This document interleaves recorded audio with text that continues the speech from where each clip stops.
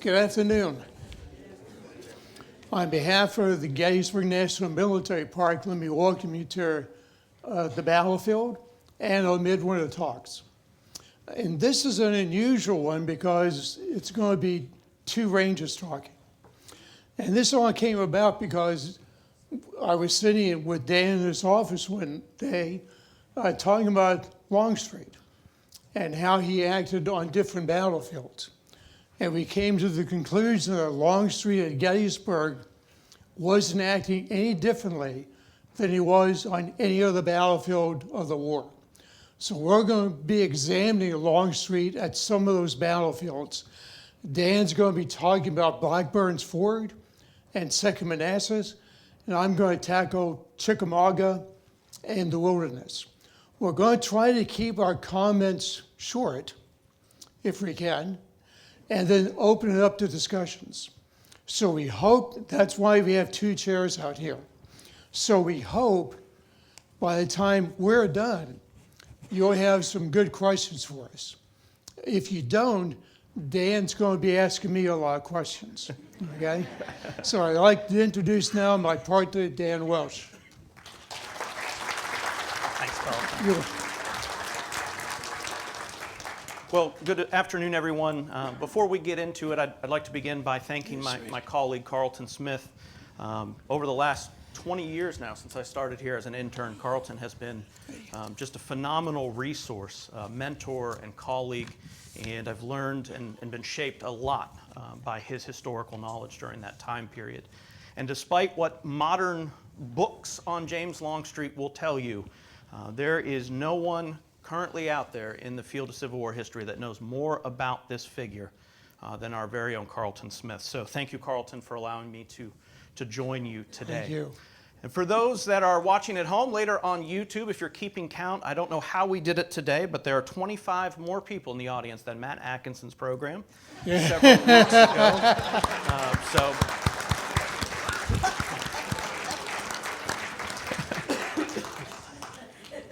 So as Karlton mentioned, the genesis of this program all began about several months ago. We were in my office and we were discussing, having probably one of the most in-depth historical conversations I've had in a while. And if you wonder what gets historians excited, it's these kind of conversations.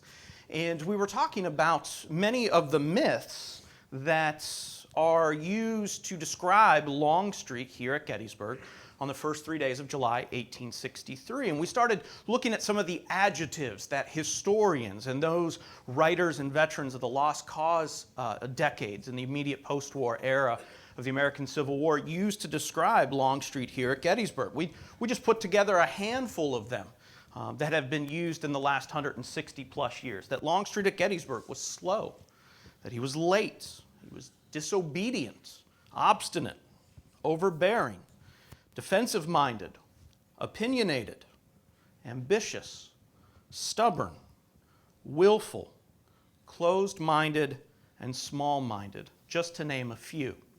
And what we began to discuss and realize is that Longstreet's performance here at Gettysburg is not an aberration to his career. We get so hyper-fixated as Gettysburg enthusiasts and Gettysburg specialists and historians that we say, oh, well, Longstreet was defiant to Lee just here at Gettysburg. Maybe he was in a bad mood on July 3rd, and that's why he could only give the head nod for Pickett's charge. No, the very real traits and leadership style of General Longstreet here at Gettysburg plays out on many of those other battlefields, as Karlton suggested. And so we're going to get started with one of the earliest engagements of the Civil War, and that is going to take place at Blackburn's Ford, just 3 days before fighting will break out at Manassas, or Bull Run, as you Yankees like to call it. So just a couple weeks before July 18th, General Longstreet he's going to be given command of a brigade of soldiers, about 1,400 men in all, and he's going to be ordered to take a position you can see along the federal line towards the mid-center of that map there, and that location is known as Blackburn's Ford. Now, if you are a commanding officer in all eras of the American Civil War, once you're assigned to a location, what's the first thing you do? You're going to send out some folks to perform a reconnaissance. What is the terrain like in your area? What are benefits that you can utilize from the terrain? What are some of the obstacles or challenges that you may have from that terrain in your area? And that's exactly what Longstreet's going to do in the coming 10 days upon his arrival to this area. Now, when he gets his 1,400 men up, one of the first places he's originally to go into position is not where you see him depicted there on the map, but just above that kind of explosion-looking graphic on the northern side of the stream known as Bull Run. And not only is he ordered to take that position north of Bull Run, he is ordered to dig in, to build trenches, to build fortifications, to clear tree cover in his front, open up his field of fire. So we often think that Longstreet is defensive-minded. He prefers going on the defensive. Did he have that decision in the early days of July of 1861? He's ordered to take a defensive position. Now, after he does on the north side of Bull Run, his orders will change. The commanding officer on the scene will decide that it's probably not a great location and orders him to fall back and take a position on the south side of the stream itself, leaving out some pickets as an early warning sign for any advance that may come their way. And as July continues to tick by day after day after Longstreet's arrival and him going into position, they know, the Confederates in the area know that Irvin McDowell's Union Army is in fact moving towards this location in northern Virginia. Now, on the late morning of July 18th, Union soldiers under the command of Israel B. Richardson is going to make their way down towards Blackburn's Ford. And as they do so, they're going to encounter a number of those pickets that Longstreet had left out on the north side of the ford. And some skirmishing is going to break out. And as those skirmishers are falling back to cross the ford, Longstreet is going to order up to the southern side of Blackburn's Ford a very heavy line of skirmishers. Longstreet believes that a heavy line of skirmishers will be able to stop Israel Richardson's force if they are to continue to push forward and attack the ford itself. And that's exactly what happens. Richardson's men are going to arrive. They are going to be greeted by heavy skirmish fire from Longstreet's skirmishers on the south side of the ford, and they are going to be repulsed. But Richardson's men are not going to give up. They are going to order a second attack. They need to get across this ford, these Federal soldiers in their orders for the day. So they're going to order a second Federal attack. And during this attack, once again, the Union soldiers will be driven back. Does Longstreet remain on the defensive? No. He goes on the offensive. He orders a number of his men with him to cross to the northern side of the stream and re-engage those Union soldiers as they're pulling back from their failed second effort against Longstreet's position. Now, Richardson's men are not done that day. A third Federal attack is going to make its way towards Blackburn's Ford. Longstreet's going to pull those men from the north bank back as that attack pushes forward. And once again, Longstreet will engage with these Union soldiers around the ford proper. Now, after three separate attacks, Longstreet realizes he needs some help. And he's going to call on the brigade of soldiers commanded by Jubal Early. And you can see Early's name with where that red circle is, towards the bottom right of the map. And Early's men are going to begin to bring up reserves to help support Longstreet's line after he has beaten off not one, not two, but three individual Federal assaults. Now, following Longstreet's call for help, the Federal soldiers are going to attack yet again. And during this fourth and final assault, Longstreet once again defeats it. But does he remain on the defensive? No. Longstreet orders his men to cross Blackburn's Ford and engage on the attack once again. Now, as Longstreet's entire brigade is moving across the ford, the attack is very quickly becoming disorganized. You can imagine trying to get all those guys down this bank, into the water, up the opposite bank, get into formation. And so Longstreet is going to essentially call it off midstream. But he has demonstrated that he is not being defensive-minded. He's being very offensive-minded. Now, as we make our way through some of these battles today, I'm not going to give you every historian's perspective on the performance of Longstreet at these engagements. And I'm not going to give you every historian or contemporary of Longstreet's criticisms, but I'm going to share a few with you.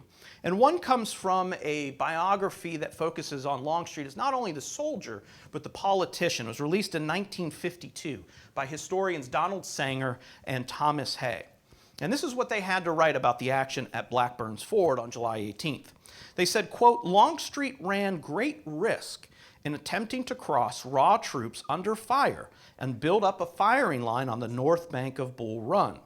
That the engagement did not turn out badly may be attributed to good luck rather to any skill on his part." Now, Sanger and Hay will later go on and argue that not Stonewall Jackson, that's another guy in another day's talk, that James Longstreet is too defensive-minded. And because James Longstreet is so defensive-minded that he is going to cost the Army of Virginia many victories, including this critical one here at Gettysburg.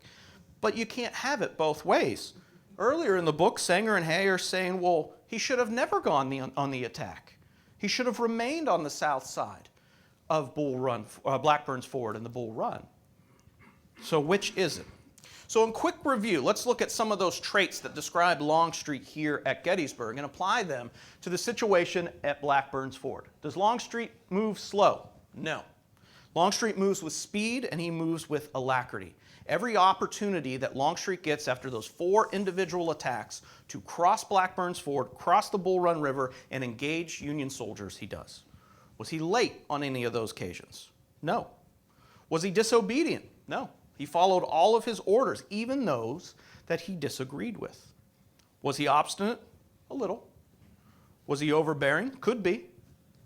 Was he defensive-minded? Only when ordered to do so. When he was ordered to dig in at that position.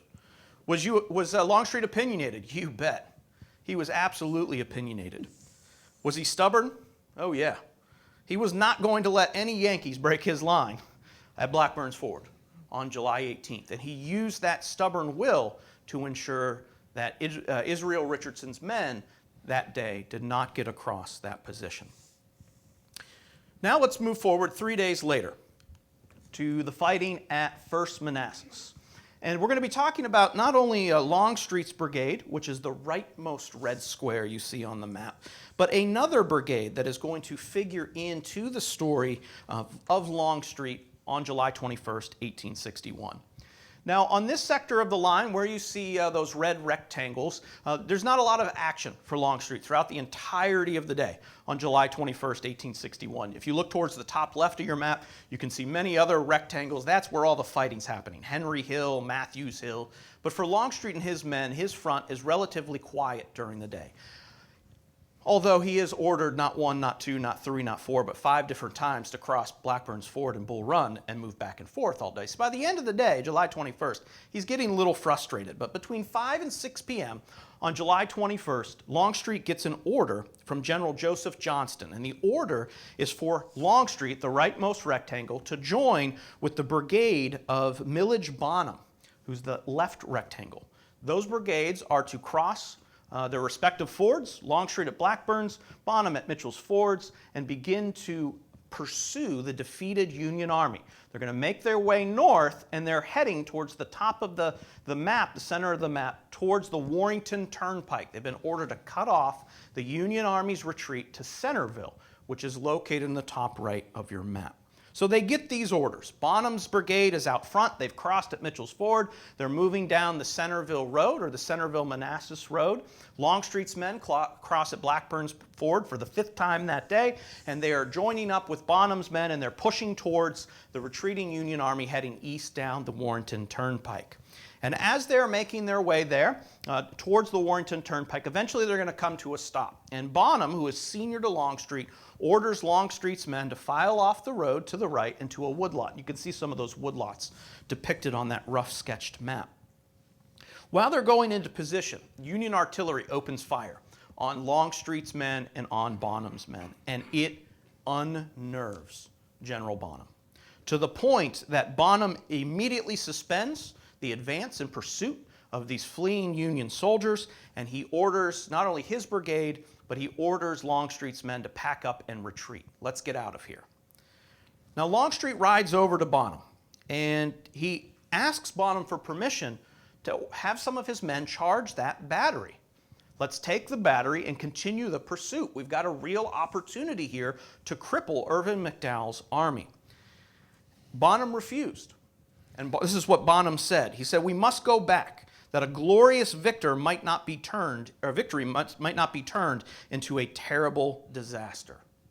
And I'm sure, as my good colleague and friend Matt Atkinson would say, that Longstreet was slack-jawed when Bonham told him, "We're calling this pursuit off." And so Longstreet responds to him. He says, "Retreat? Hell, the Federal Army has been broken to pieces." Longstreet chooses for a moment not to immediately act on Bonham's decision. But he decides to head back off into the woods where his men are. They're not going to immediately pack up. And instead, Longstreet decides it's the perfect opportunity to get some supper. Longstreet's hungry. He hasn't eaten all day. How many of you ever gotten hangry in your life? Yeah, Longstreet's hungry. And so he's going to eat a little food. He's going to calm down a little bit. And while he's there in the woods with his men, another order comes from Confederate HQ telling him he needs to withdraw. So what does he do? Is he obstinate? Is he disobedient? No. He follows his orders and pulls his men back down to Blackburn's ford. But in this particular situation, Longstreet's right.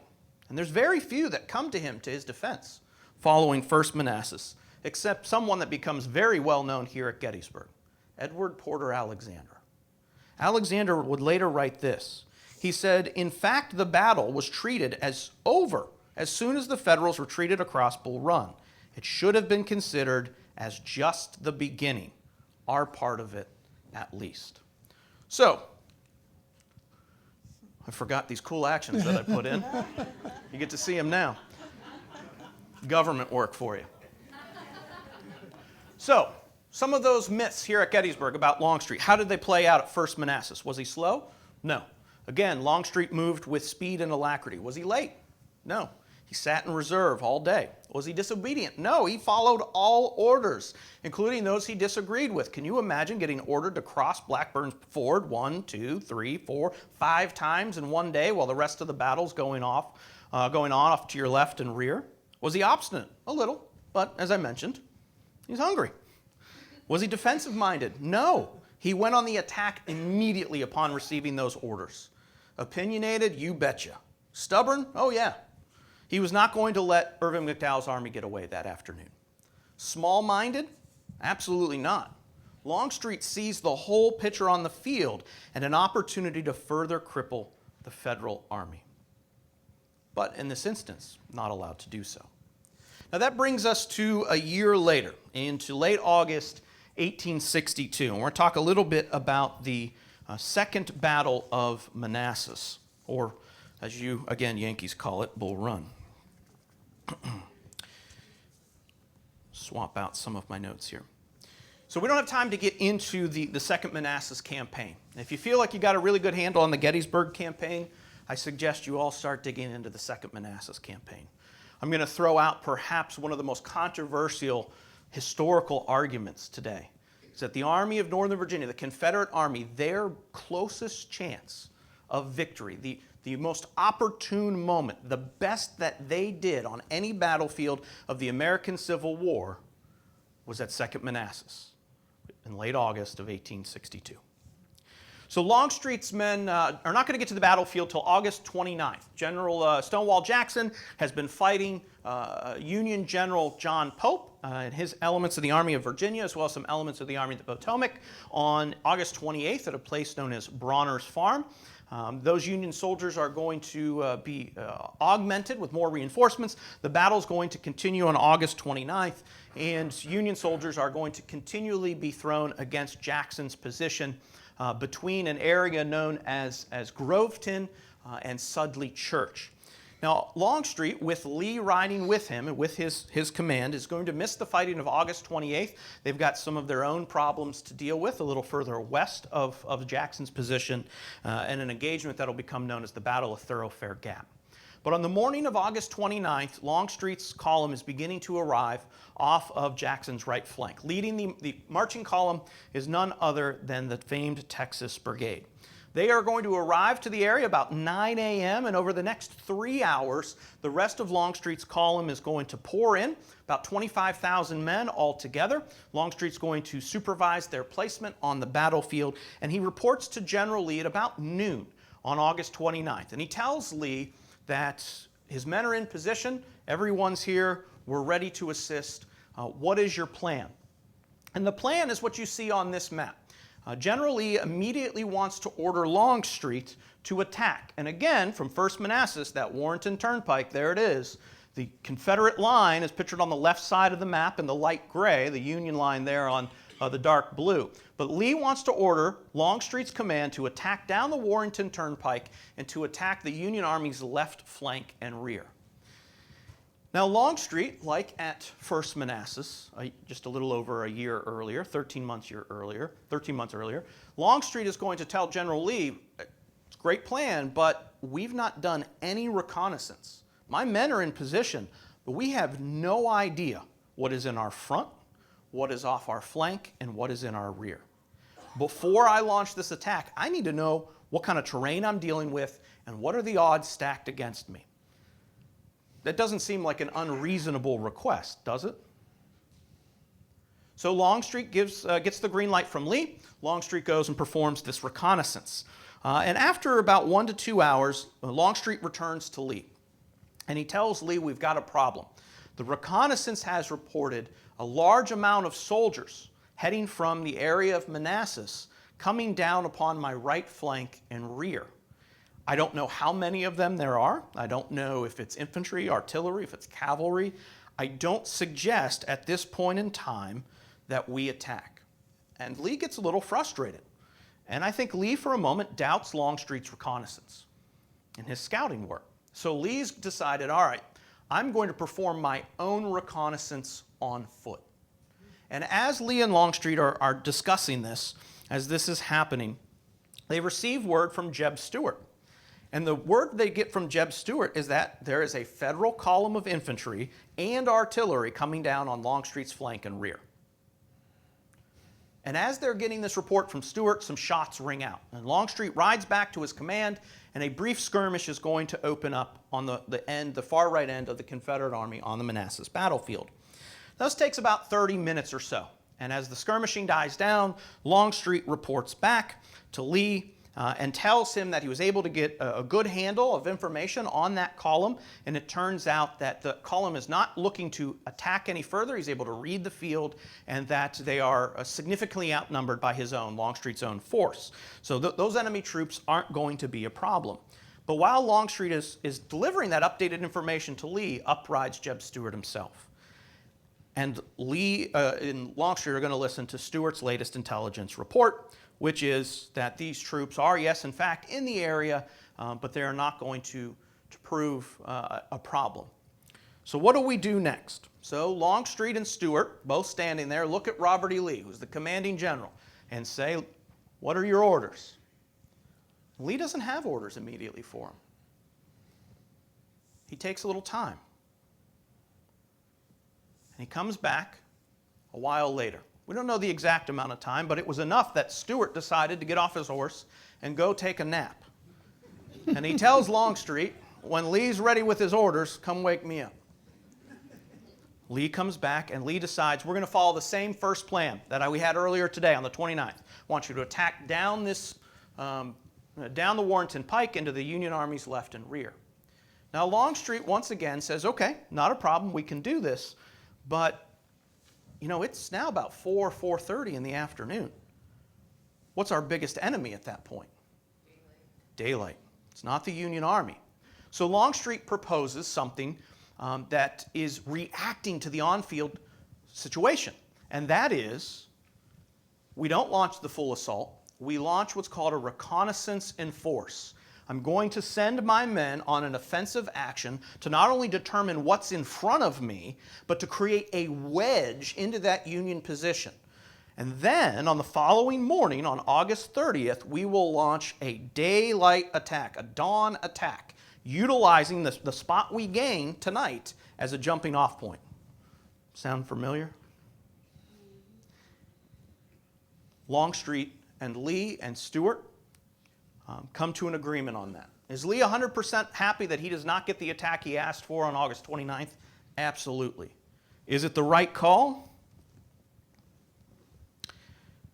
Historians H.J. Eckenrode and Brian Conrad, who wrote a book on Longstreet in 1936, said that the right wing of the army held off for more than a day while the left wing was being pounded by the enemy is surely one of the strangest situations in military history.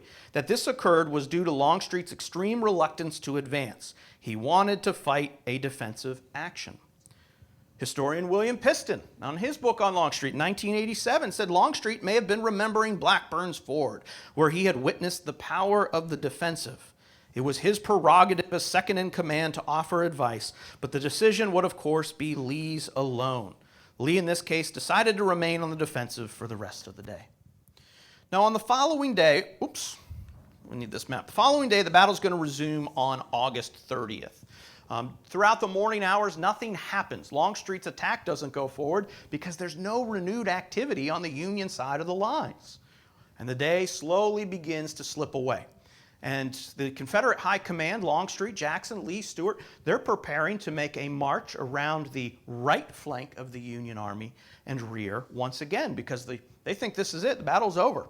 John Pope and his Union soldiers are not going to attack again. But later that afternoon, the battle resumes and a massive Federal assault slams into Jackson's line one more time. As the fighting is developing, as these Union soldiers are moving towards Stonewall Jackson's positions, one of the things that Longstreet had done the day before was to place his artillery, 19 guns, a portion of his artillery, on the very end of Longstreet and Jackson's position. Longstreet and Jackson's position kind of look like an L at 2nd Manassas. And he places that artillery in the crux between the two commands. And as the Union Army is charging towards Jackson's position on the 30th, Longstreet's artillery is in a perfect position to enfilade those lines with Confederate artillery fire and absolutely decimates the assault. But at the same point in time, Stonewall Jackson, for the first time of the entirety of the 2nd Manassas campaign, asks for help. And he sends word to Longstreet, he sends word to Lee, he needs help. And when those orders get to Longstreet, Longstreet realizes it's going to take too long to pack up my infantry and send them all the way across to the other end of the battlefield to support Jackson. And so Longstreet, believing that another set of orders is going to be right on the heels of Jackson's to assault, anticipates. Does that sound defensive-minded to you? He anticipates the order to attack is coming, and what does he do? He launches a massive assault with the entirety of his command, over 25,000 men, into the left and rear of the Union Army on the plains of Manassas. So, what about Longstreet at 2nd Manassas? Was he slow? No. He moves towards the battlefield with Lee, and he went at the speed and orders of Lee. So you can't accuse him of not being fast enough on the march. Once he gets there, he immediately attacks on August 30th with speed and alacrity. Was he late? No. He arrived in plenty of time to support Jackson on the 29th. He begins the attack on August 30th before Lee's orders even reach him to do so. Was he disobedient? No. He followed all his orders even though he disagreed with. Was he obstinate? Yeah, he was more opinionated on a proper course of action than obstinate. Was he overbearing? See obstinate. Was he defensive-minded? No. He ordered a reconnaissance in force. That doesn't say anything about being defensive-minded on August 29th. He attacks on August 30th. Was he opinionated? You betcha. He's opinionated through the whole war. Is he stubborn? When Longstreet feels he's right, yes, he's stubborn. And who doesn't? It's human nature. Was he small-minded? No. He saw the whole picture on the field and an opportunity to crush Pope's left flank and cut off his retreat, and he took it. I'm going to close my portion of the program before I bring my colleague Karlton up here with this quote that has really come to be firmly ensconced in the history of the Battle of 2nd Manassas. And it's from legendary Confederate historian Douglas Southall Freeman. And Freeman wrote in 1934 in Volume 2 of his 4-volume work on Robert E. Lee the following. He said, "The seeds of much of the disaster at Gettysburg were sown in that instant," talking about August 29th, when Longstreet continually pushed for a reconnaissance. Freeman continued, when Lee yielded to Longstreet and Longstreet discovered that he would. Freeman's arguing that it's at this moment on August 29th, Longstreet realized that if he bullies that old man Lee enough, that Lee will just acquiesce to whatever he wants.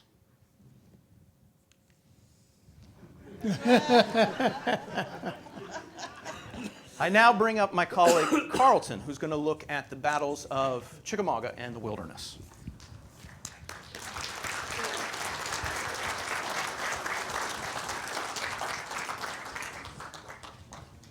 Thanks, Dan.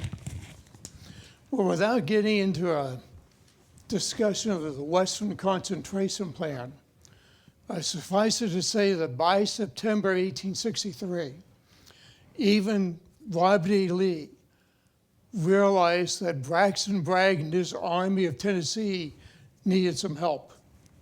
And so Lee will finally reluctantly agreed to send 2 divisions to Bragg under the command of James Longstreet. Now, some of Longstreet's troops will arrive in time to take part in the battle on September 19th. Longstreet himself arrives at Catoosa Station, just south of Ringo, Georgia, at 2 o'clock in the afternoon of September 19th. And he is a little chagrined to find that not waiting for him is a staff officer from Bragg or a guide. Now, keep in mind, Longstreet's never been in this part of Georgia. So now, and he has to wait another 2 hours for his horses to arrive. So it's not until after about 4 o'clock in the afternoon of the 19th that Longstreet and 2 of his staff members go riding north into the wilderness, literally down there, to try to find either the battle lines or Bragg's headquarters. And Longstreet finally meets up with Bragg about 11 o'clock that night. Bragg has a map and shows Longstreet the area. He describes the fighting on the 19th, where the 2 lines are relative to each other. He tells Longstreet we're going to be attacking the next morning. And oh, by the way, you're in command of the left half of the army. So now Longstreet, still in the dark, is going to take a little rest after all this. As the sun starts to come up, as it's light now, he starts to go out along his line to meet the commanders and see what's going on and how he can set things up. And one of the people he's going to meet is John Bell Hood, whose division had fought the day before. And Hood remembered, I informed Longstreet that the feeling of officers and men was never better, that we had driven the enemy fully 1 mile the day before, and that we would rout him before sunset. This distinguished general instantly responded with that confidence which had so often contributed to his extraordinary success, that we would, of course, whip and drive him from the field. I could but explain that I was rejoiced to hear him so express himself, as he was the first general I had met since my arrival who talked of victory, which might tell you something about Bragg's Army of Tennessee. So Longstreet is looking at this situation, and he has decided that the best way to attack through these woods in what open field there is actually to launch an attack in depth. So as his units are coming up, he's going to start to stack them. Usually with 2 brigades in front of each division, 1 brigade in reserve. That way, when the opening brigades start to lose momentum, the brigades behind them are fresh and can keep pushing the attack forward. Now, some people will point out that Longstreet is always going to be lucky, and that right before he launches his attack, a Union brigade pulls out of line, leaving a gap. But someone told me a story about Napoleon one day, that Napoleon was asked to promote one of his generals to field marshal. And Napoleon's response was, yes, I know he's good, but is he lucky? And sometimes luck will play a part on the battlefield.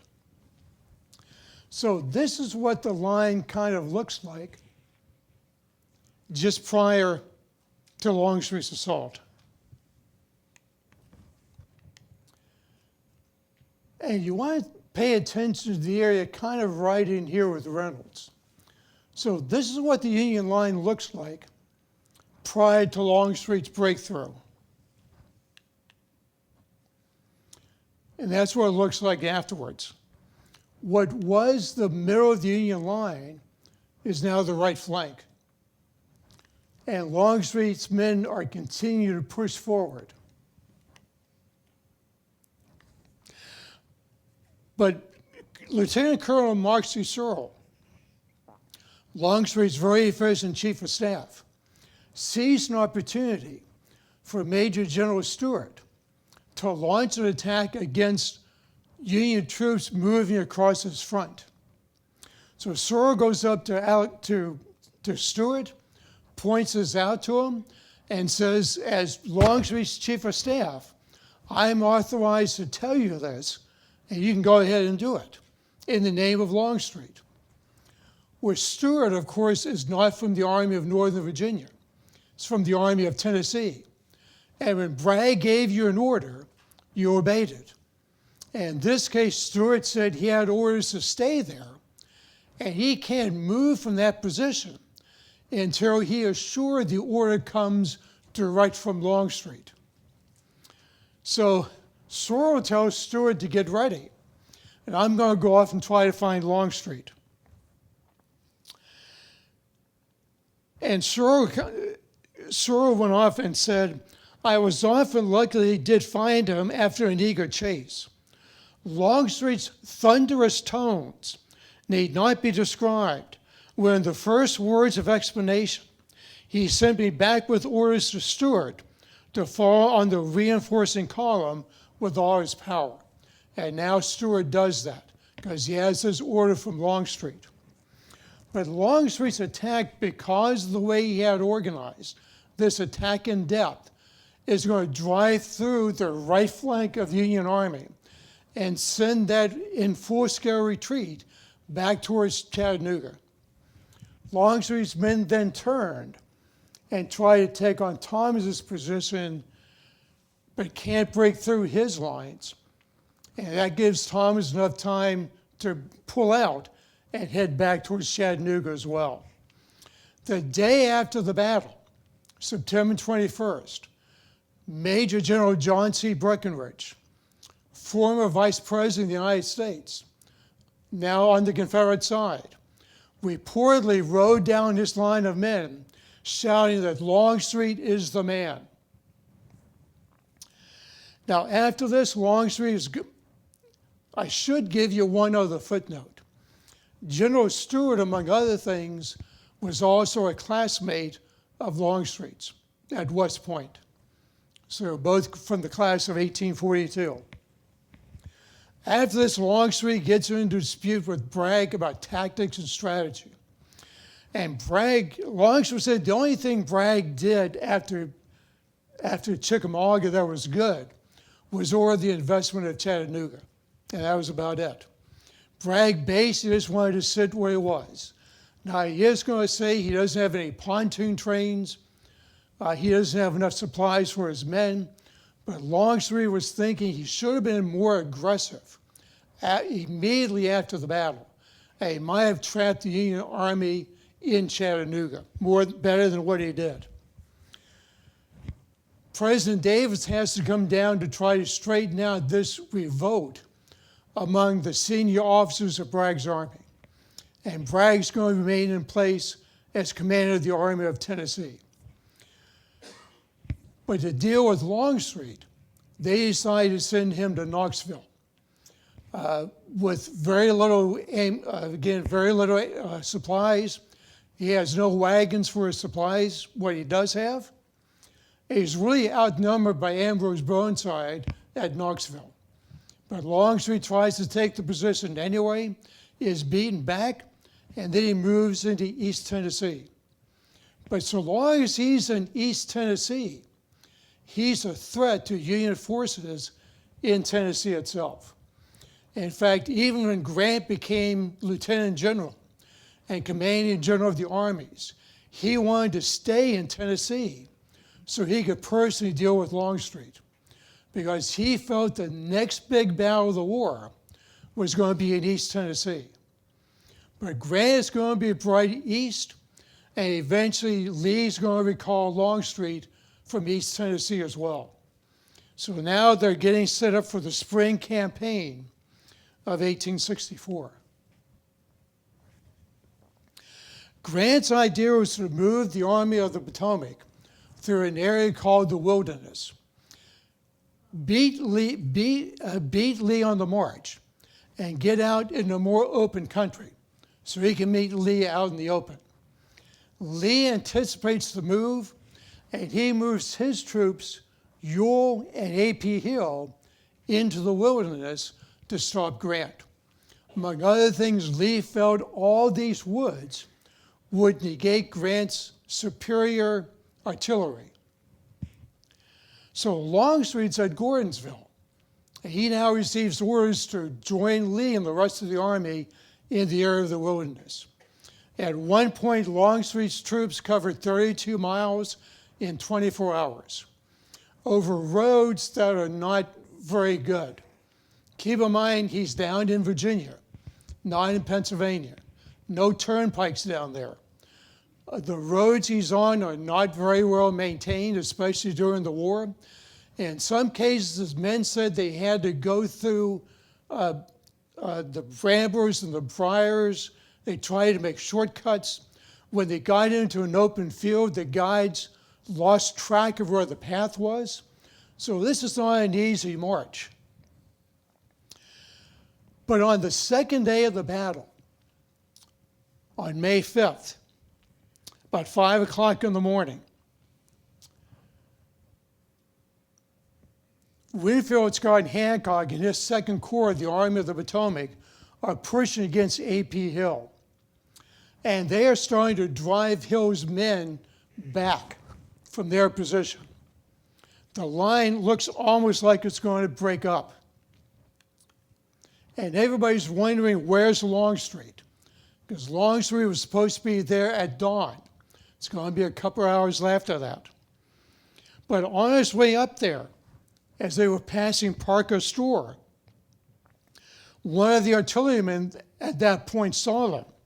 And he said, the instant the head of his column was seen, the cries resounded on every side. Here's Longstreet. The old war horse is up at last. It's all right now. And Longstreet, to shorten his march, places two divisions on either side of the Orange Plank Road.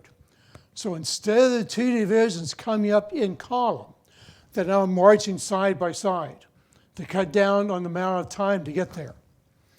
Hill's men are being driven back through the Widow Tap Farm. The only thing stopping Hancock's attack at this point is some Confederate artillery in the Tap Farm. And that's when everybody sees Longstreet.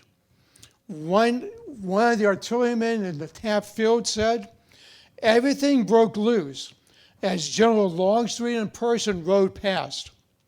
Like a fine lady at a party, Longstreet was often late in his arrival at the ball, but he always made a sensation and that of delight when he got in, with the grand old First Corps sweeping behind him as his train.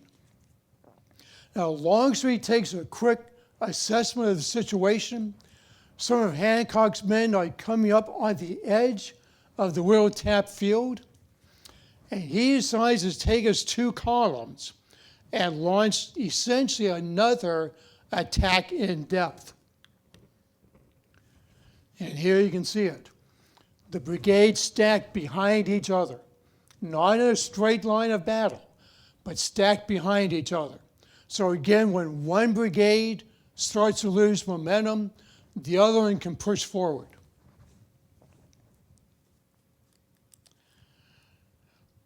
One officer reported that in perfect orders, ranks were closed and no stragglers.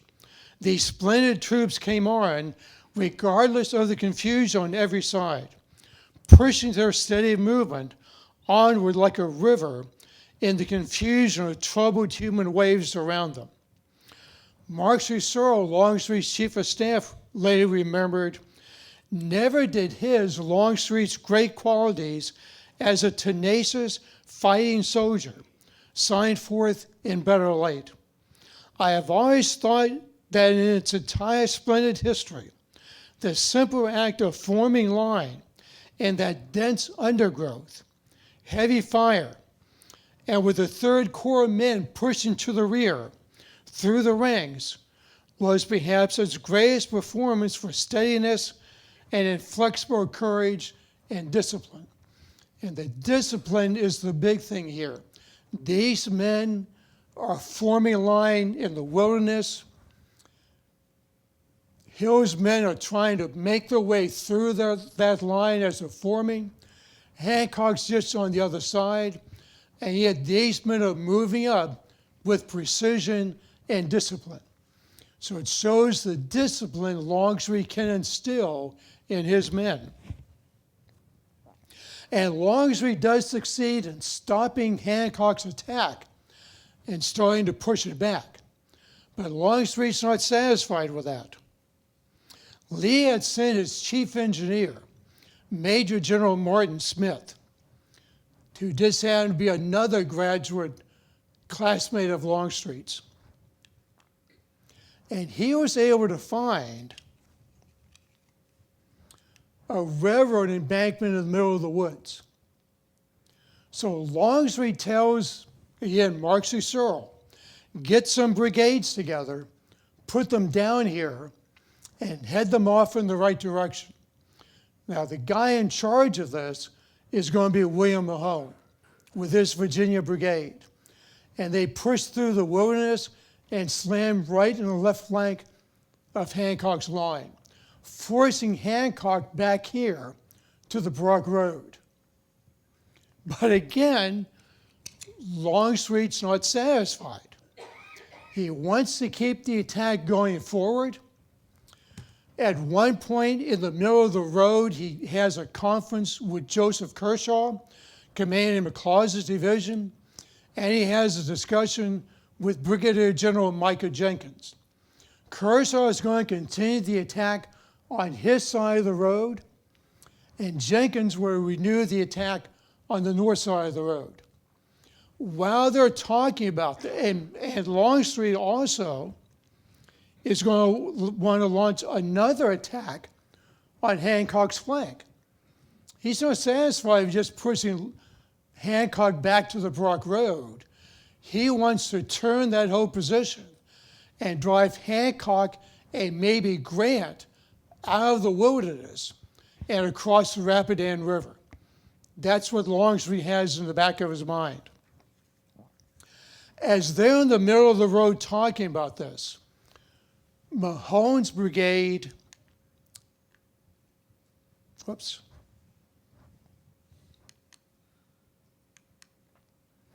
Mahone's brigade down here is moved up towards the Orange Plank Road.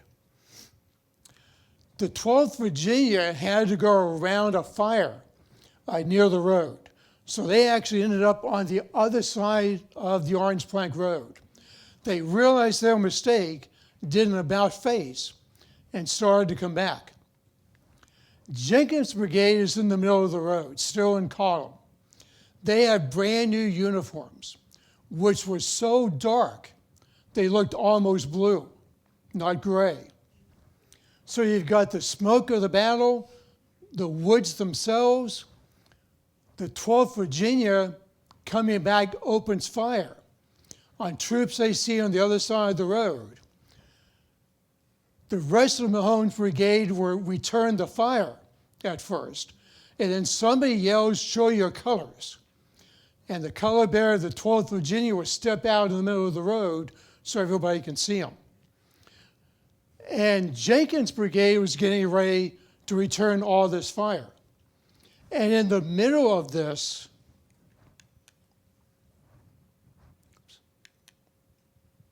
Whoops, wait a minute.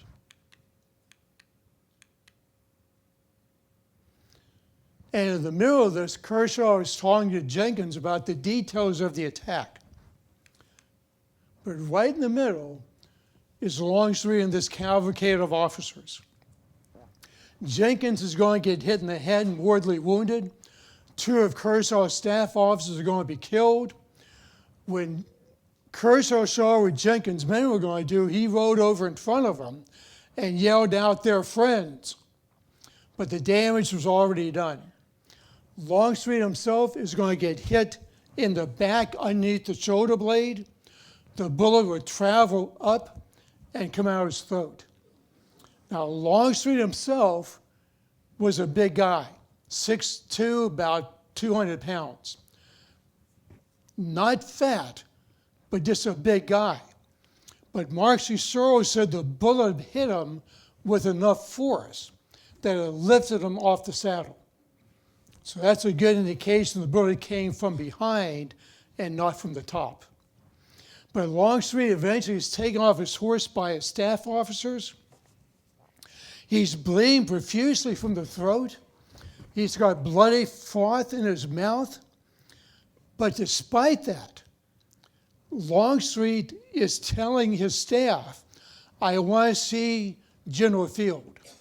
Now, General Field was commanding the left wing of Longstreet's corps at this point. He basically took over from John Bell Hood. And Field comes up, and as Longstreet's laying there, bleeding, and there's bloody froth in his mouth, he still has enough sense to tell Field exactly what he wants done. He said, the troops are ready, they've got their orders, everything's in place, just keep pushing forward, and we'll drive Grant out of the wilderness. One officer said, though, especially in reference to Longstreet's staff, after the wounding,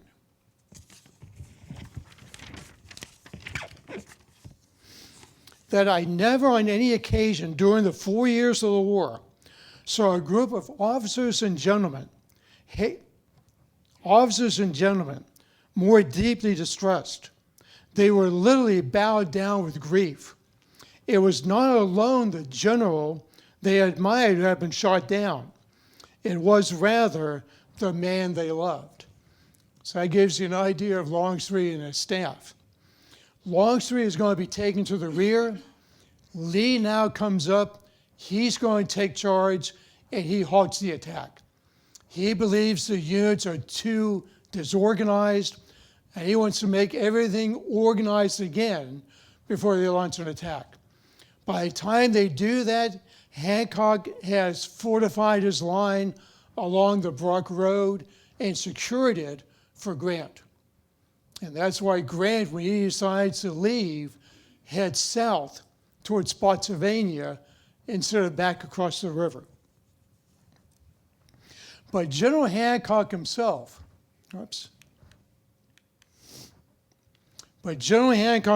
had to admit to Longstreet after the war, "You rolled me up like a wet blanket." And it was several hours before he could get started again.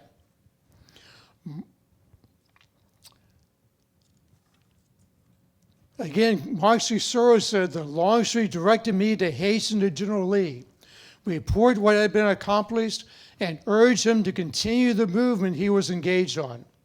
The troops being already, success would surely follow, and Grant, he firmly believed, be driven back across the Rapidan.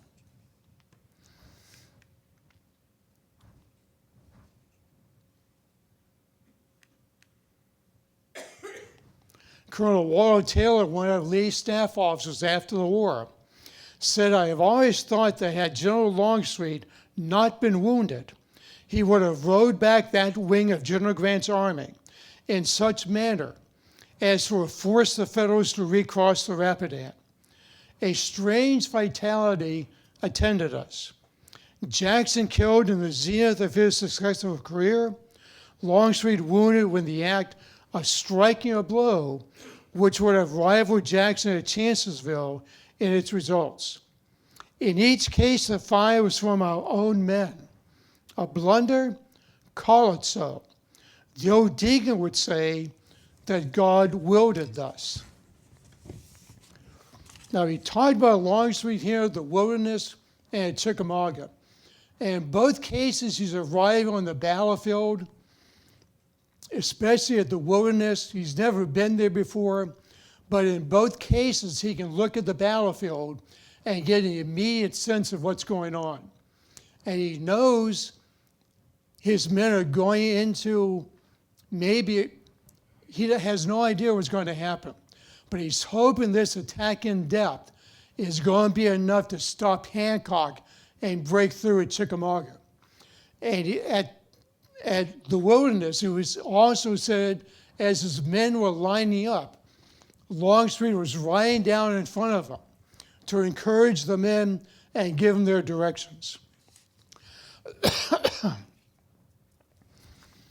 And believe it or not, in the very first issue of Civil War Times Illustrated, April 1962, Volume 1, Number 1, there was an article by Glenn Tucker on Longstreet subtitled, what did I say, Scapegoat? Victor or Scapegoat? Somehow I forgot the first part of it. But in it, Glenn Tucker talked about receiving this letter from a combat general from World War II, talking about Longstreet. And what this general said was, there were two kinds of officers in the Civil War on both sides. Neither were schooled beyond the basic training at West Point. One sort never learned anything, kept making the same mistakes over and over again. The other sort had the intellectual capacity to reason, to calculate what would work and why. Such was Longstreet. His attack in depth at Chickamauga, is what he's talking about, was the perfect solution. Today, Army schools teach the attack in depth for an envelopment, which Longstreet made, and when the situation is obscure. But no one taught it to him. He figured that one himself.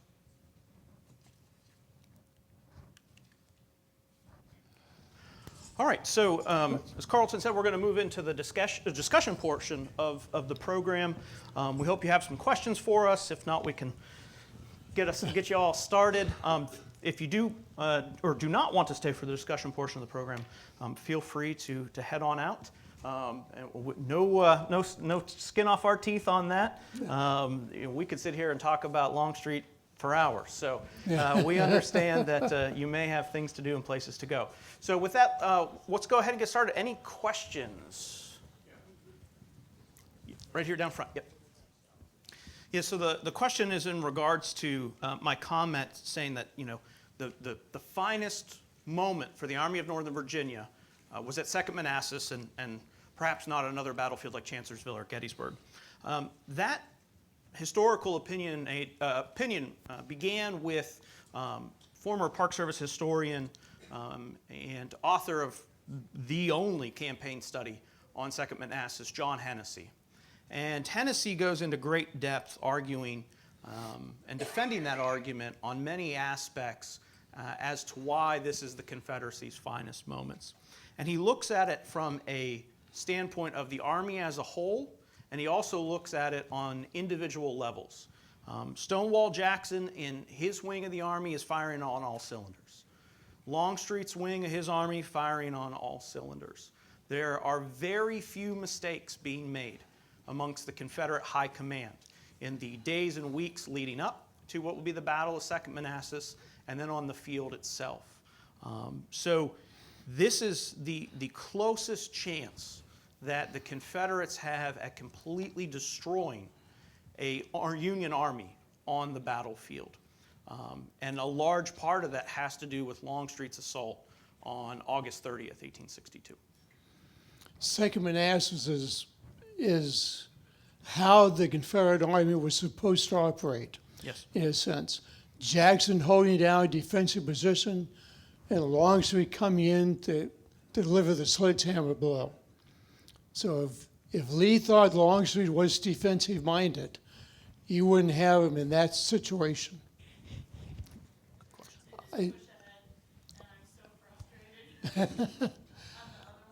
I think one of the things we were trying to get across here with these four battles is Longstreet's the type, he wants to make sure everything is set before he launches an attack. He doesn't the wilderness is an exception, just because of the situation. But in all the other battles, he's making sure his men are properly prepared, they're drilled, they know what to do, regimental officers know what's going on. He likes the plan. He likes the situation. Longstreet's comment about Gettysburg was, this was not a good place for the Confederates to fight an offensive battle. And I think one of the reasons is because between the Confederates and the Union line on Cemetery Ridge, you have not only that 1 mile wide field, but it's over 2 miles long. And so to Longstreet applied too much open ground for a successful assault, especially right up the middle. And that's why you don't see a massive attack in depth by Longstreet on July 2nd. Although he does have his brigades stacked up, the sheer size of the front that Longstreet's 2 division has to cover is not enough to get that true attack in depth. Yes, he's got a 2nd Brigade coming up behind his frontline brigades, but he doesn't have the ability to throw additional brigades in behind there if Pickett's division had been up. And as Karlton was commenting on, I think the word that we've bantered about with is the word methodical. Longstreet is methodical. He's not slow. He wants to know what's in front of him. He wants to know the terrain. He wants to know the enemy. He wants to know his own position well. He wants all of his troops up. And once everything's ready and in place, there's nothing slow or methodical about Longstreet. That attack is coming. And it is a sledgehammer. You don't want to be on the receiving end. There have been comments about Longstreet. Was Jackson a faster marcher than Longstreet? And I forget where I read this, but somebody, Lee himself, thought that Jackson did march faster than Longstreet. But when Jackson got to a battlefield, he had a lot of stragglers behind him. Where when Longstreet arrived on the field, his corps was pretty much intact, and he was ready to go into action. Good. Next question. Tell us how Longstreet became a general. How did Longstreet become a general? He was a major in the Paymaster Corps in the regular army before the war. He resigned his commission. He had actually accepted a commission as a lieutenant colonel in the Confederate Army. And so when Longstreet finally leaves New Mexico, he goes up through Louisiana and on up into Richmond, and he reports to the War Department. And somewhere in between, the governor of Alabama had asked the Confederate Secretary of War about making Longstreet a colonel and command Alabama forces. And the answer came back sort of like, sorry, but we just made Longstreet a brigadier general. So both sides are looking for people who are capable of commanding troops. Longstreet has the West Point education. He's got brevets from the Mexican War. He has led troops in combat.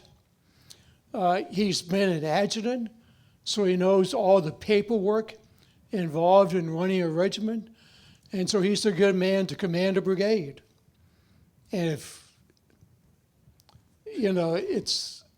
I think the two armies that at Manassas, each one would have outnumbered the army that General Scott had at Mexico City. So you're talking about these armies growing faster and bigger, and now you need officers. Nobody's ever commanded troops, this many troops in one place. So it's a steep learning curve for everybody at the beginning. I think what's so important about that comment of the learning curve at the beginning is if you look at Longstreet at the beginning at Blackburn's Ford, Longstreet is not a defensive fighter. He's not a defensive officer at Blackburn's Ford. He's continually going after Israel Richardson's men as opportunity allows. You know, the Mexican War, Longstreet didn't fight a defensive battle any place.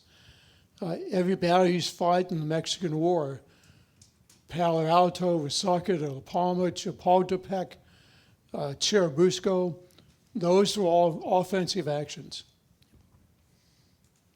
Yes.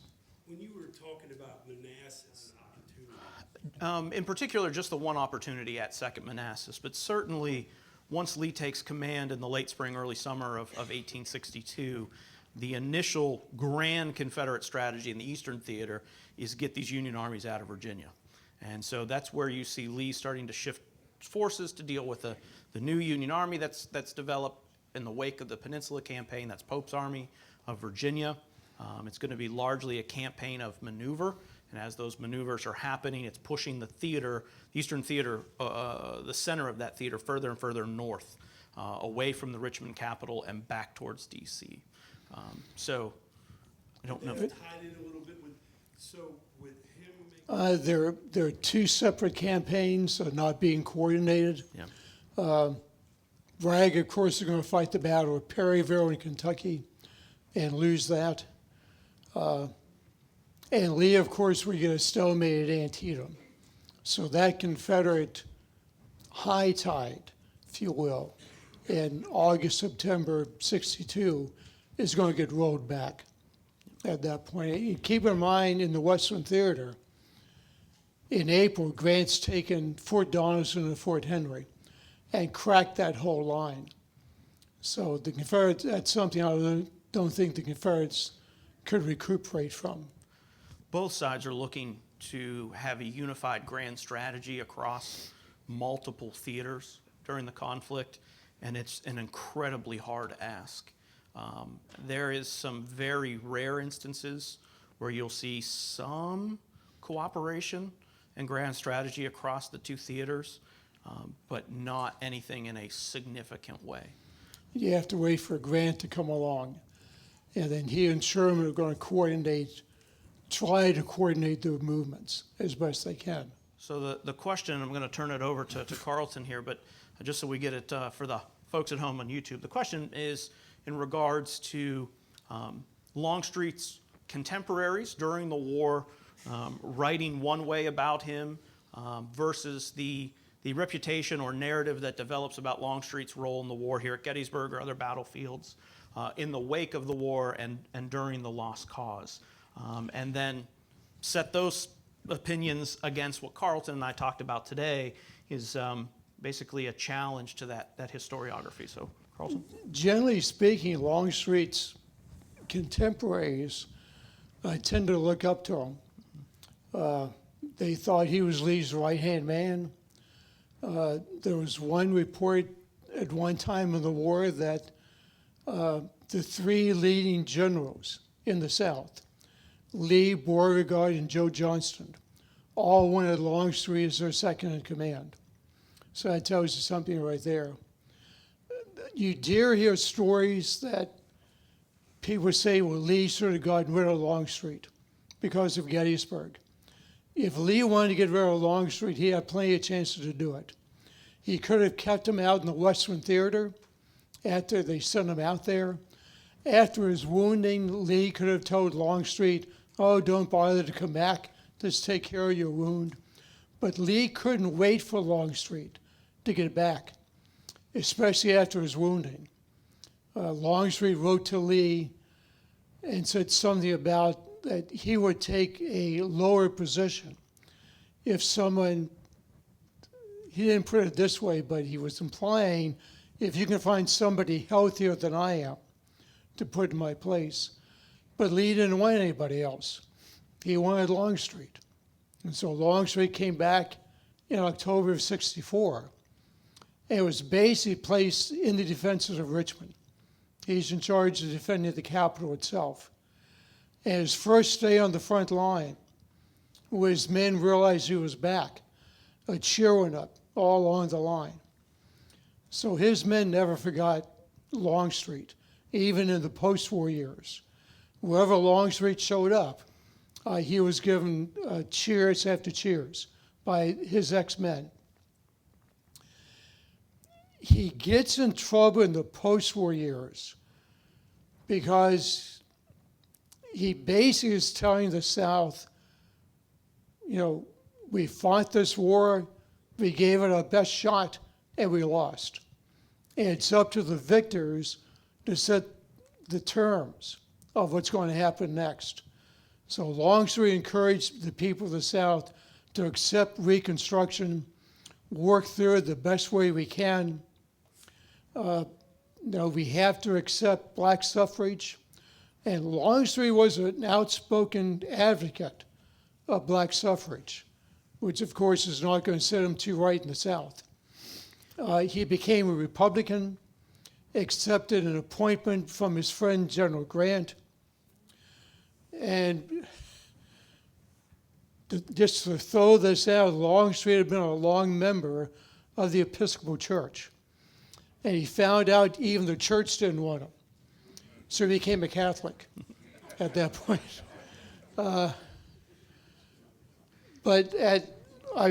remember reading a story about at his funeral in 1904, right before they lowered the casket, a Confederate veteran came up and laid his uniform on Longstreet's coffin. So if you want to know what the men thought of him, that's a good example. And then historians like Douglas Southard Freeman just latched on to the lost cause myth about Longstreet being slow, being obstinate. And when you think about it, when historians say that Longstreet realized he could overbear Lee, he could force his way onto Lee, that says more about Lee than it does Longstreet. I don't know if I'd want a commanding officer who would allow himself to be berated almost by a subordinate until the subordinate got his way. That doesn't sound like the type of guy you want. And here at Gettysburg, Longstreet made a proposal to go around the flank twice. Lee rejected it. The second time with some heat. And so there are people who say, okay, Longstreet's not obeying Lee to attack at sunrise. But then when he does get in position and actually does attack, people criticize him for that. Well, John Bell Hood said, let's go around the flank. And Longstreet said, no, Lee's orders are to attack, and we have to do it now. And Colonel Sanger said in his book, he said, can you imagine if Longstreet had gone to Lee a third time with the same plan that Lee's already rejected? Lee would have been well within his rights at that point to relieve Longstreet of command for insubordination. So Longstreet said, here's what Lee wants. We've got to do it. There's no more time. Just push off and do the best you can. And one of the things that's really lost on us today is, as Lee's most trusted subordinate, especially in the wake of Jackson's death, Longstreet becomes almost the de facto second in command of the Army of Northern Virginia. He becomes Lee's right hand. He's Lee's old warhorse.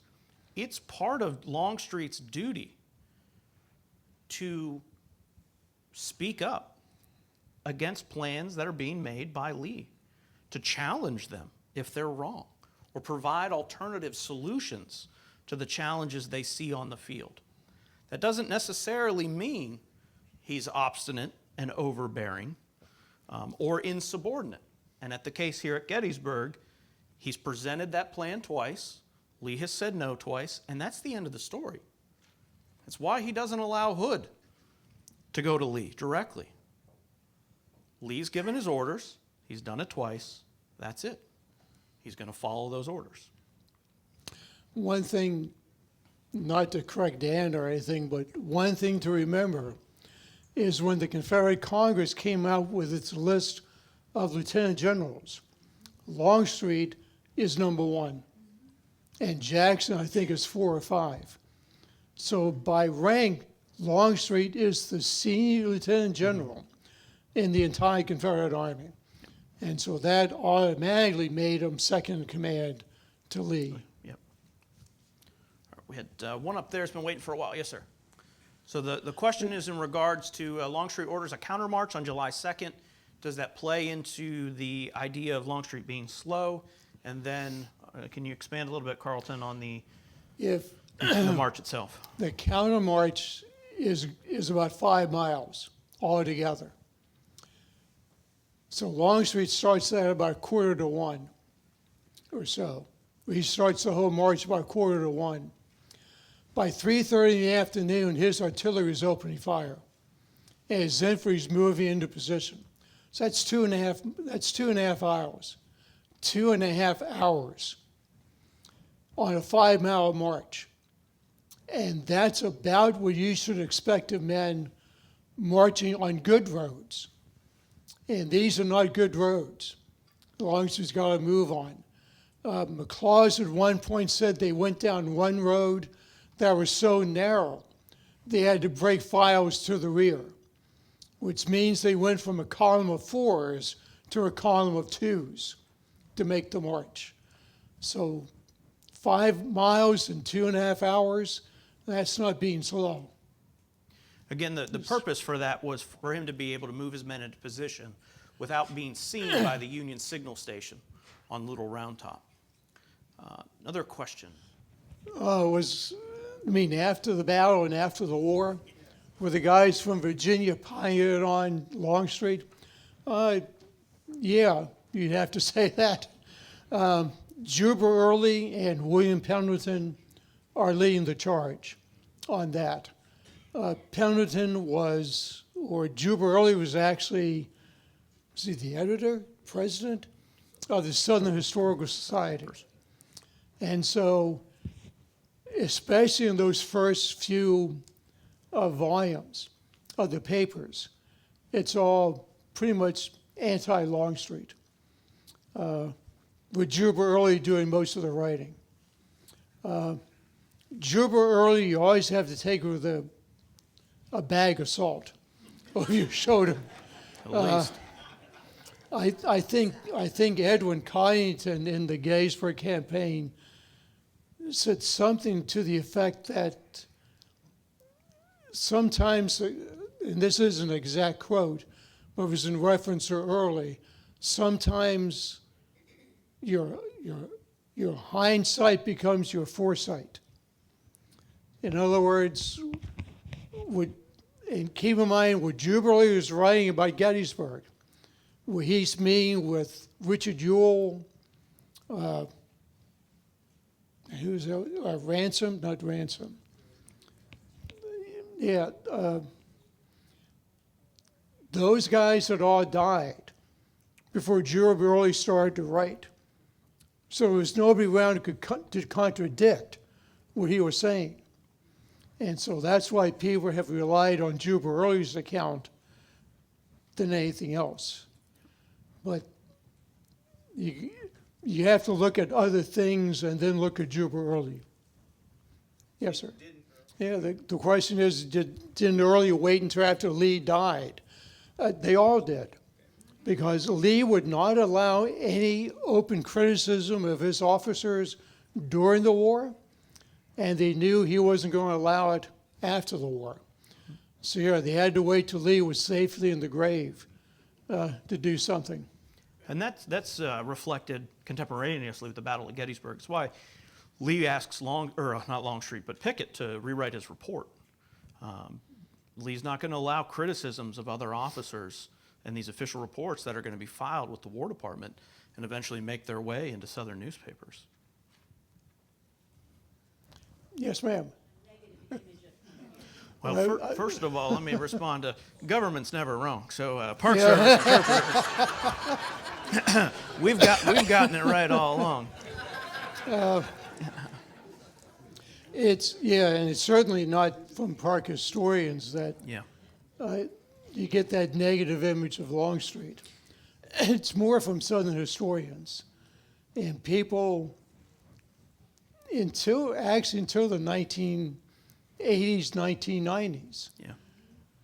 People pretty much followed the Southern version of history. You know, it's often said that it's the victors who write the history. In the American Civil War, it was the losers who wrote the history. And so that's the version we had until the Longstreet's rehabilitation really starts in the 1990s. So it's still going on. But you're right. Kemper wrote about Longstreet riding down the front of his line like an old farmer, surveying his fields. And we know he and Lee rode along the lines several times to make sure everything was right. Now, you might ask the question, why did it take so long between the meeting down at the peach orchard early in the morning and the firing of the cannon at 1 o'clock in the afternoon? And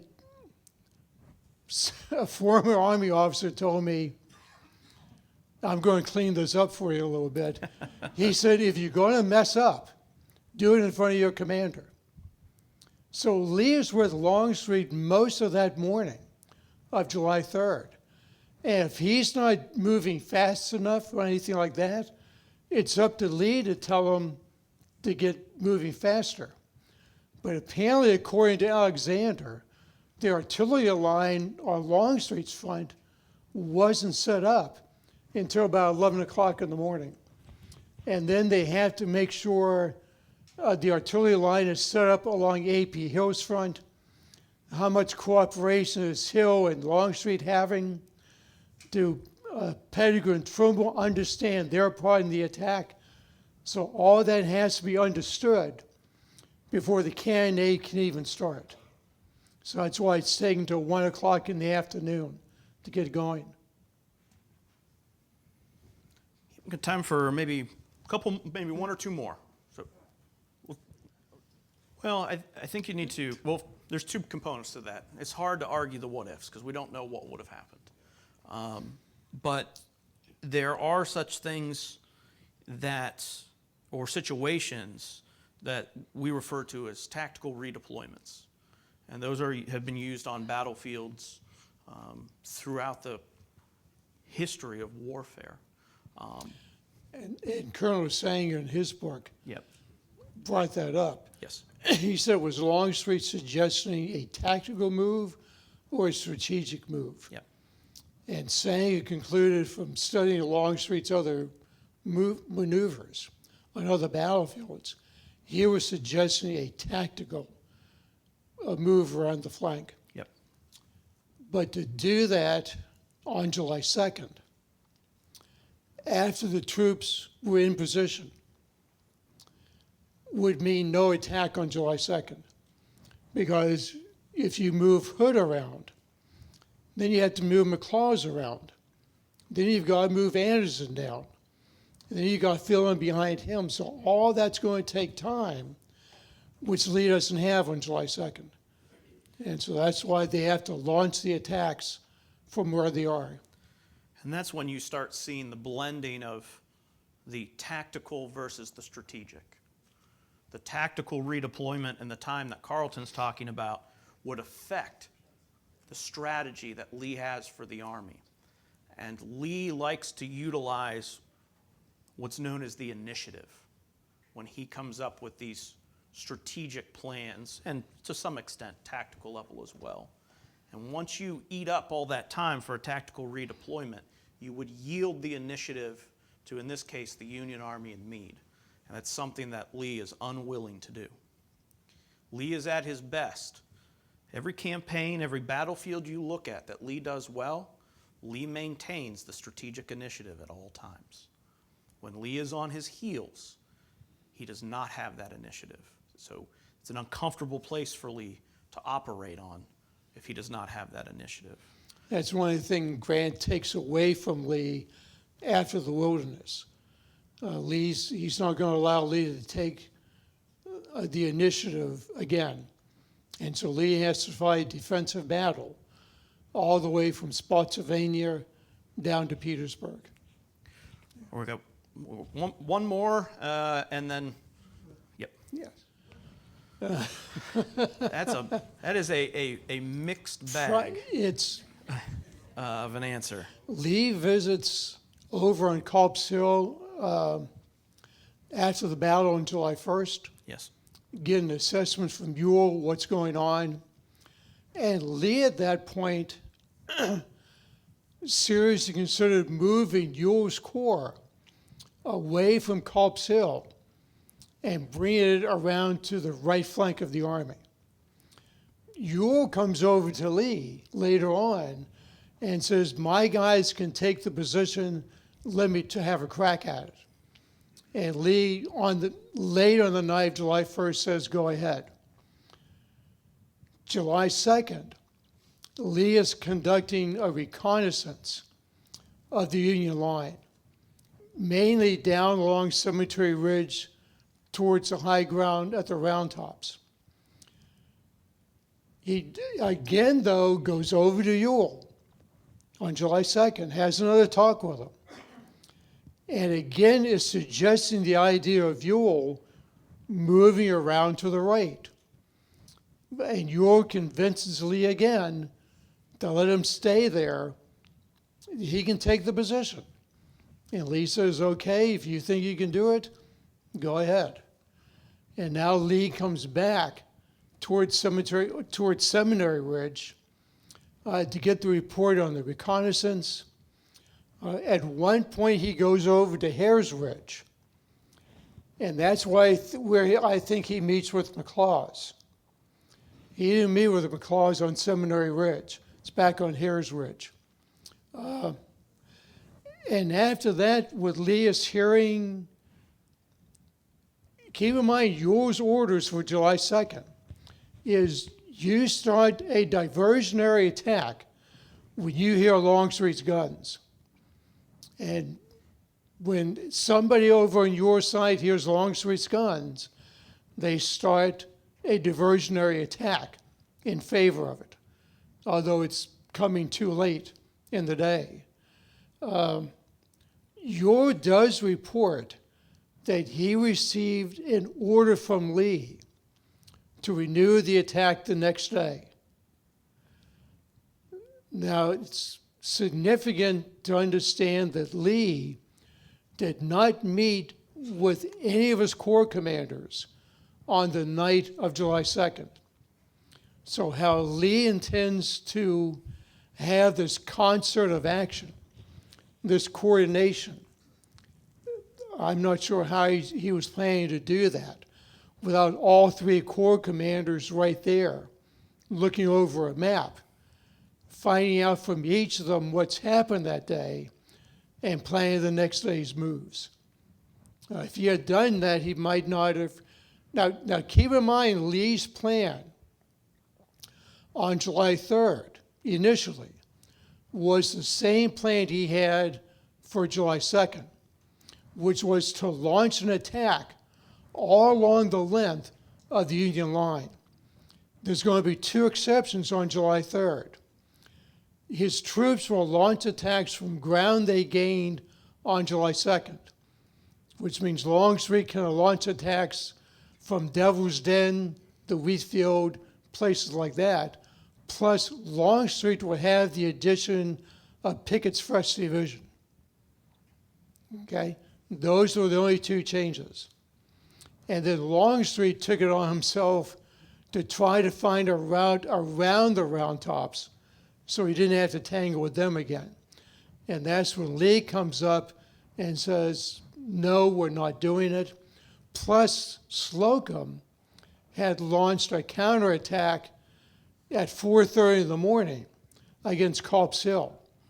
So yours men are engaged before they're supposed to be because of Union initiative. And keep in mind, that's the only counterattack the North had in all 3 days of the battle. So those things contribute to Lee's thinking that Meade's center is weak, that he's used those troops to reinforce the flanks. And so that's why he's going to send this column right up the middle, he hopes, and break through. But as we pointed out here, Gettysburg is not Chickamauga. Longstreet had the advantage of a lot of woods to cover his flanks, if nothing else. So for the folks at home, that was in response to the question regarding does Lee or know exactly what, or does Longstreet and Lee know exactly what's going on at Culp's Hill? And before we get to our last question, if you were listening closely in there, Karlton laid out that, in fact, General Lee may have made a mistake here at Gettysburg. So before the lightning strikes,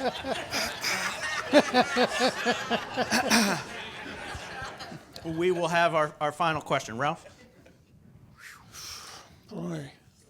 So the question was really the arc of Longstreet's reputation, and how in the immediate post-war years the Lost Cause writings really damaged that reputation, and that remains pretty much entrenched until we start getting into the 1950s and 60s, and then we get Tom Berenger that makes Longstreet in the Gettysburg movie seem like, as you mentioned, a Marvel superstar. And where does it go from here? I'll start. And then I'll turn it over to Karlton to finish. I think that you're going to, for a while yet in the 21st century scholarship, continue to see a rehabilitation of Longstreet. I don't think it's complete yet. I know we've had a couple new books out on Longstreet within the last several years. Some of them tend to focus on very small portions of Longstreet's personal history as far as to events that he's involved in. Two of them are specifically here to Gettysburg. One of them heavily concentrates on his post-war period, particularly in Louisiana and the Grant administration. But I don't think yet, and Karlton may disagree with me, I don't think we're done with that rehabilitation. I've yet to see a book out recently or one coming out in the near future that rehabilitates the entirety of the reputation, not just Gettysburg. You were talking about one general that might have a similar arc to Longstreet. One that's sprung to mind was his good friend Ulysses S. Grant. I mean, we know Grant, unconditional surrender Grant, Vicksburg campaign, but then there's also Grant the Butcher. Grant, who doesn't care about losing men, he just throws them into combat all the time. And now we know that Grant's casualty figures, percentage-wise, were lower than Lee's. I think Grant's percentage was about 17%.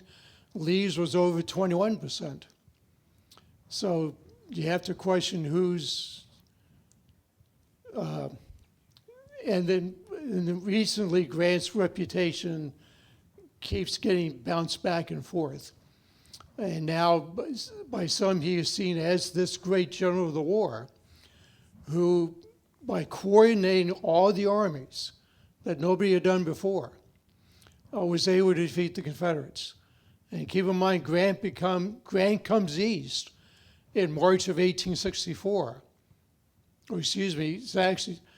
You want to start the Overland Campaign in May of 64. April 65, the war is over in less than a year.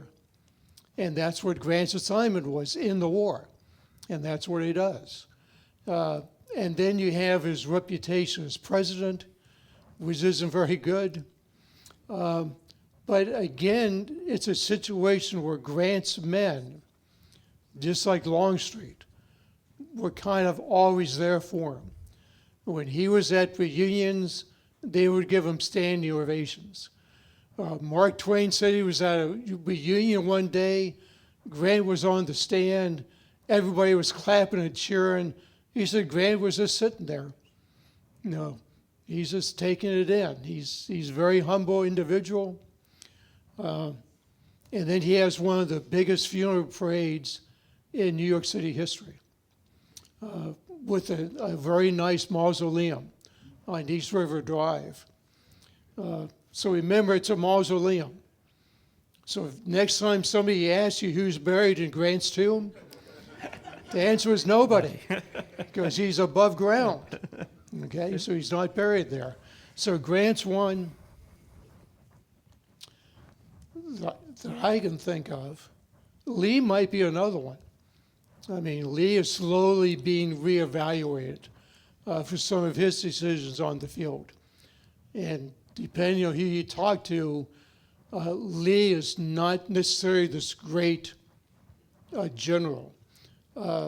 Years ago in the old Cyclorama building, we had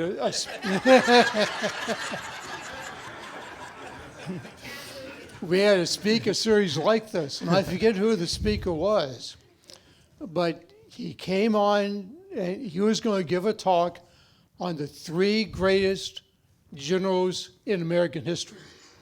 And he prefaced it by saying one of them was not Robert E. Lee. And his 3 greatest American generals were George Washington, Dwight Eisenhower, and Grant.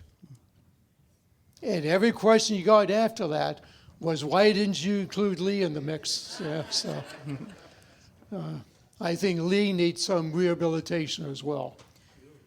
Well, we want to thank you all for sticking around for this conversation. Yes.